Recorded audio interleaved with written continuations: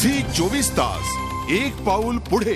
नाशिक शहरातील महत्त्वाच्या ठिकाणची रेकी करून घातपात घडवण्याच्या प्रयत्नात असणाऱ्या आंतरराष्ट्रीय दहशतवादी अबू जिंदालवर नाशिकच्या न्यायालयात गुरुवारी दोषारोप निश्चित करण्यात आलेत। हैदराबादमध्ये बॉम्बस्फोट झाल्याने नाशिक शहरात पोलीस बंदोबस्त वाढवण्यात आलाय। हैदराबादमध्ये झालेल्या स्फोटांच्या पार्श्वभूमीवर नाशिकमध्ये चोख बंदोबस्त ठेवण्यात आलाय।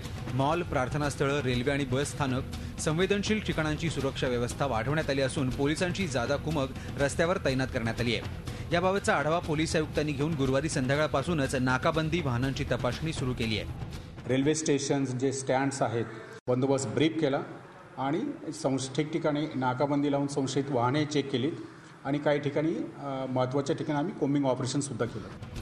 नाशिक शहर दहशतवाद्यांच्या निशाण्यावर आहे हे आधीच उघडकीस आले। शहरातील पोलीस प्रबोधिनी, नोट प्रेस, पोलीस आयुक्तालय, देवळाली कॅम्प, लष्करी तळ यांची रेकी करून घातपात घडवण्याच्या प्रयत्नात दहशतवादी असल्याचे पुरावे सरकारी पक्षातर्फे नाशिकच्या विशेष कोर्टात सादर करण्यात आले।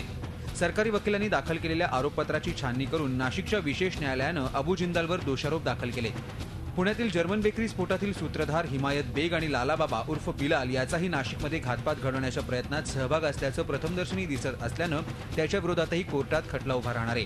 हिमायत बेगला या खटल्यातून वगळावं अशी मागणी त्याच्या वकिलांनी केली होती, मात्र न्यायालयानं आरोपीच्या वकिलांची मागणी धुडकावून लावली आहे। हिमायत बेगला दोषमुक्त करावं म्हणून जो अर्ज दिलेला होता तो अर्ज मेहरबान न्यायालयाने नामंजूर केलेला आहे। त्याच्या विरुद्धचे जे काही दोषारोप पत्रानुसार जे आरोप ठेवलेले होते ते मेहरबान कोर्टाने पुन्हा परत त्याच्यामध्ये ठेवण्याचे आदेश केलेले आहेत। बिलालला ताब्यात घेतल्यानंतर शहरात घातपात घडवण्याचा दहशतवाद्यांचा कट होता हे उघड झालंय आणि हा कट एटीएस आणि स्थानिक पोलिसांनी याआधी उधळून लावलाय। याआधी मालेगावमध्ये बॉम्बस्फोटाच्या घटना घडल्यात, मनमाडजवळ शस्त्रसाठा सापडलाय। या सर्व घटना नाशिक हे संवेदनशील शहर बनत चाललंय याचीच साक्ष देत आहेत। त्यामुळे पोलिसांनी शहराची सुरक्षा व्यवस्था कडेकोट केली आहे। झी 24 ताससाठी मुकुल कुलकर्णी, नाशिक।